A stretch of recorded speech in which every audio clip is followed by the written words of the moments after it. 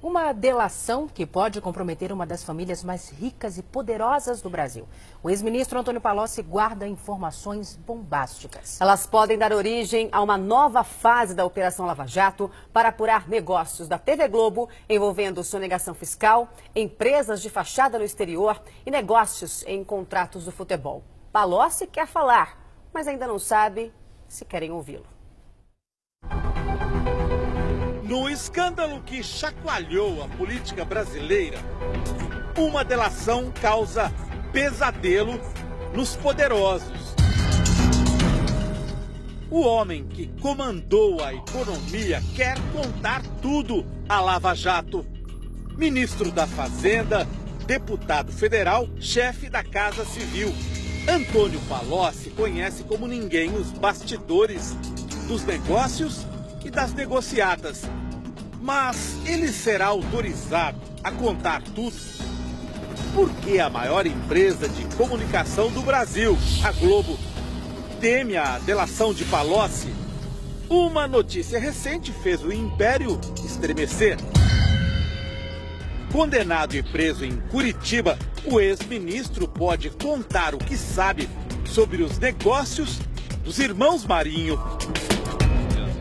Num depoimento ao juiz Sérgio Moro, em abril deste ano, Palocci insinuou que poderia comprometer uma grande empresa de comunicação que no passado esteve próxima de falir.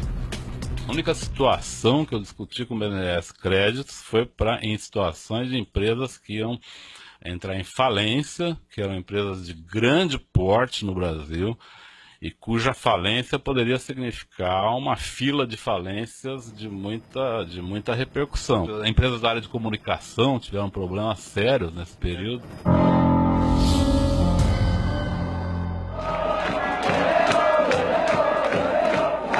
Copa do Mundo de 2002. Os brasileiros vibram com o título na Coreia e no Japão. A cada 4 anos, bilhões de reais ingressam nos cofres da Globo por causa do Mundial. São quase 50 anos de parceria da emissora com a FIFA. O torcedor desconhece os bastidores. Por causa de maus negócios, a Globo quase quebrou no início dos anos 2000 e montou um esquema para comprar as transmissões. Segundo estes documentos da Receita Federal, naquele período em que quase faliu, a Globo conseguiu comprar os direitos de transmissão da Copa do Mundo sem pagar impostos no Brasil. Uma operação fraudulenta escondida atrás de uma empresa de nome Empire, Império em inglês.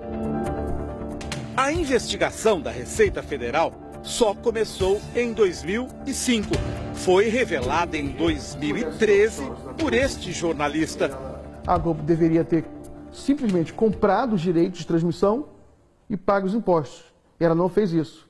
Ela criou uma série de empresas para que uma dessas empresas herdasse os direitos e esses direitos passassem para a Globo como que por osmose, assim, sem que houvesse o ato de comprar os direitos diretamente pela Globo sem pagar os impostos. Vamos entender como tudo isso aconteceu. Usando empresas de papel, a Globo remeteu dinheiro para o Uruguai, dali para as Antilhas Holandesas no Caribe, em seguida para Amsterdã, na Holanda. Lá, a Globo Overseas comprou os direitos de transmissão da Copa e os transferiu para a Empire. A empresa foi montada nas Ilhas Virgens Britânicas, um esconderijo de dinheiro sujo no límpido Caribe. Segundo a Receita, a Globo simulou investimentos para criar a Empire, como se fosse uma empresa de verdade. Mas era só fachada, funcionando neste endereço em Tortola, a capital das Ilhas Virgens. Assim que a Empire ficou com os direitos da Copa, ela foi dissolvida e seus bens transferidos para a Globo. Com essa manobra, a família Marinho deixou de pagar mais de 170 milhões de reais em impostos no Brasil. Então é no mínimo infantil uma empresa achar que pelo fato dela abrir uma conta corrente no exterior ou uma filial, ela escapa do cumprimento de obrigações acessórias, do cumprimento do pagamento do imposto de renda, do PIS/COFINS, do CID. Eu faço uma coisa que é tão óbvia, que é tão ingênua, tão infantil, porque eu tenho certeza absoluta que eu não vou ser pego. A Receita Federal acusou a Globo de simulação. Multou a empresa em 150% do valor do imposto sonegado. Pretendia processar um dos donos da emissora, José Roberto Marinho, por crime contra a ordem tributária. Quando a denúncia veio à tona, o valor devido pela família Marinho aos cofres do governo brasileiro, com multa e juros, já passava dos 600 milhões de reais. Foi então que aconteceu um episódio de cinema. Uma funcionária da Receita do Rio de Janeiro, Cristina Mares Ribeiro, que estava em férias, furtou o processo. Foi na véspera dele ser remetido ao Ministério Público Federal.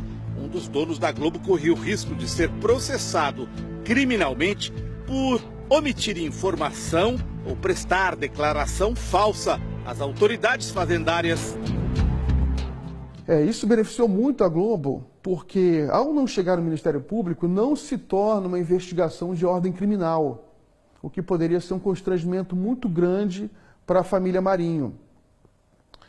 Inclusive, constrangimento de ordem política, afinal são figuras públicas que detêm uma influência política determinante no cenário brasileiro, né? Na conjuntura política brasileira.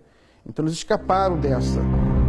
A mulher que cometeu o furto foi condenada a 4 anos e 11 meses de prisão, mas passou menos de uma semana na cadeia até receber um habeas corpus do Supremo Tribunal Federal. Hoje, ela responde ao processo em liberdade. Fomos ao luxuoso prédio em que ela mora, na Avenida Atlântica, no Rio de Janeiro, de frente para o mar. Mas ficamos sem resposta. Ela não está aqui, não. Não está? Ah, então nem adianta. Faz tempo que ela sumiu, eu não tenho mais visto. Quem teria interesse em sumir com o processo da Globo?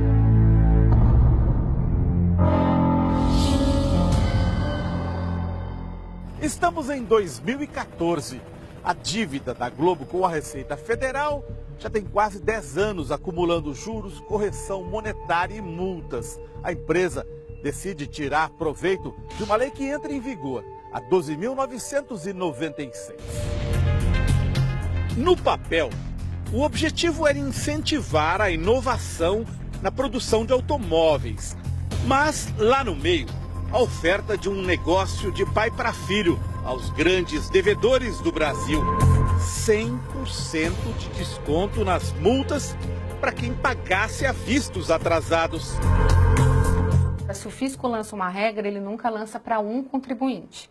Ele lança para alguns contribuintes. A pergunta é, quantos contribuintes se encaixariam nesse formato? Esse formato é um formato para 10 contribuintes, 5 contribuintes, 1 contribuinte? Então, parece que é um refis desenhado para aquele contribuinte, né? Refis é um programa para parcelar dívidas antigas. Foi a lei entrar em vigor e a Globo tirou proveito para limpar seu nome. Com 10 anos de atraso, pagou mais de R$1 bilhão, mas deixou de pagar outro bilhão em multas. Dinheiro que daria, por exemplo, para sanar a profunda crise dos hospitais públicos do Rio de Janeiro. Ou construir 212 escolas com 100 mil vagas para estudantes em São Paulo. Perguntas que só uma investigação oficial poderá responder. A Globo fez pressão a favor da lei. Palocci, que já não era ministro, colaborou nos bastidores do governo.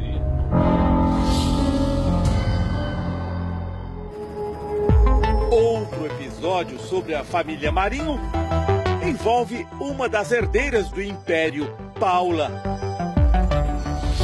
Janeiro de 2016. A Polícia Federal faz buscas na filial da empresa panamenha Mossack e Fonseca, em São Paulo. A Mossack Fonseca oferecia a brasileiros a criação de empresas no exterior, em geral usadas para esconder patrimônio ou sonegar impostos. A Polícia Federal apreendeu milhares de páginas como estas, com informação valiosa. Uma delas chamou a atenção dos investigadores. Traz o nome de Paula Marinho, filha de um dos donos da Globo, associado a 13 empresas criadas no exterior. Antes da descoberta, o jornal O Globo, da família Marinho, havia definido a empresa Mossack a serviço de ditadores e delatores.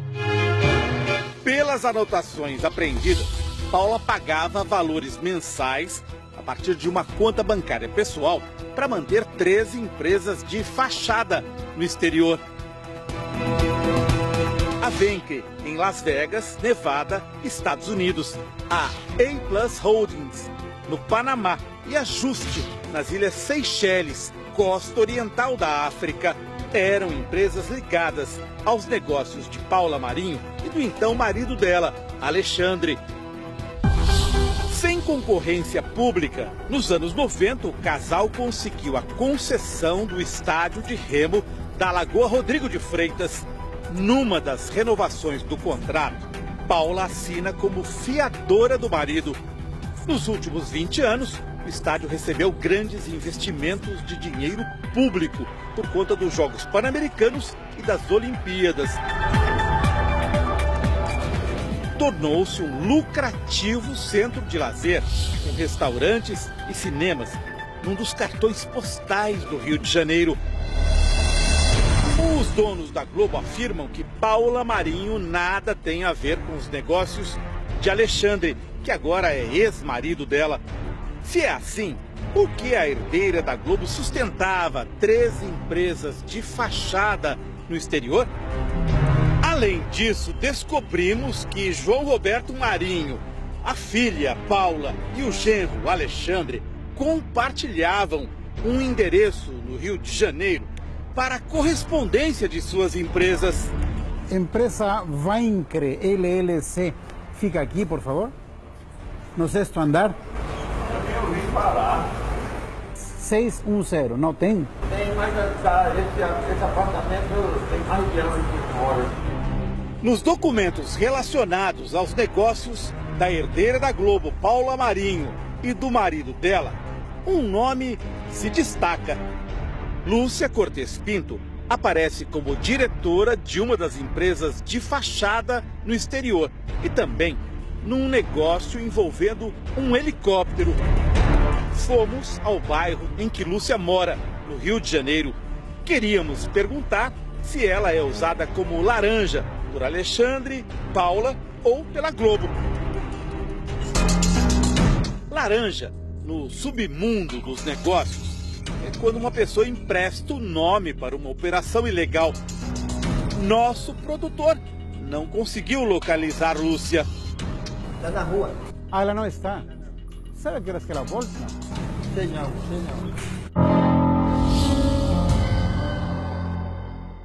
A delação premiada de Antônio Palocci pode acabar com muitas dúvidas. Em Curitiba, nosso produtor descobriu que a esposa do ex-ministro, Margarete, incentiva o marido a contar tudo. Recentemente, Palocci trocou de advogados, contratou um escritório que participou da delação do doleiro Alberto Youssef, uma peça-chave da Lava Jato. A notícia de que a delação de Palocci pode comprometer a Globo ganhou força. Segundo o jornalista e blogueiro Reinaldo Azevedo, Palocci pretende contar tudo o que sabe. Mas o jornal Valor Econômico noticiou que a delação não deve sair com a manchete: Palocci descumpre promessa e delação fica improvável. De acordo com o texto, o ex-ministro prometeu muito e entregou quase nada. Só que o jornal que diz isso é de propriedade dos irmãos Marinho.